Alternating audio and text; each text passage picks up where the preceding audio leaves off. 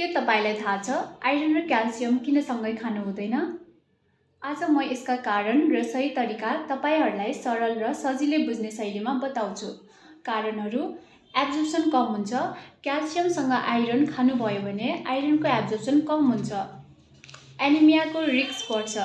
शरीरमा पर्याप्त iron नजानाले anaemia रक्तको कमी हुन सक्छ। इफेक्टिभनेस घट्छ। सँगै खानुले दुवैको फाइदा कम हुन्छ। आइरन कसरी खाने? खाली पेटमा लिनुहोस्। पानी वा भिटामिन सी रिच जुस जस्तो ओरेन्ज जुससँग लिनुहोस्, यसले एब्जर्प्सन बढाउँछ। क्याल्सियम कसरी खाने?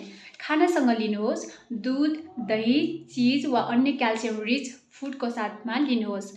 आइरन सप्लिमेन्ट लिनुभएको कम्तीमा 1 देखि 2 घण्टापछि लिनुहोस्। यसरी आइरन र क्याल्सियम अलग-अलग समयमा लिएर तपाईँ आफ्नो स्वास्थ्य र बच्चाको विकास दुवैको लागि सबैभन्दा लाभ उठाउन सक्नुहुन्छ।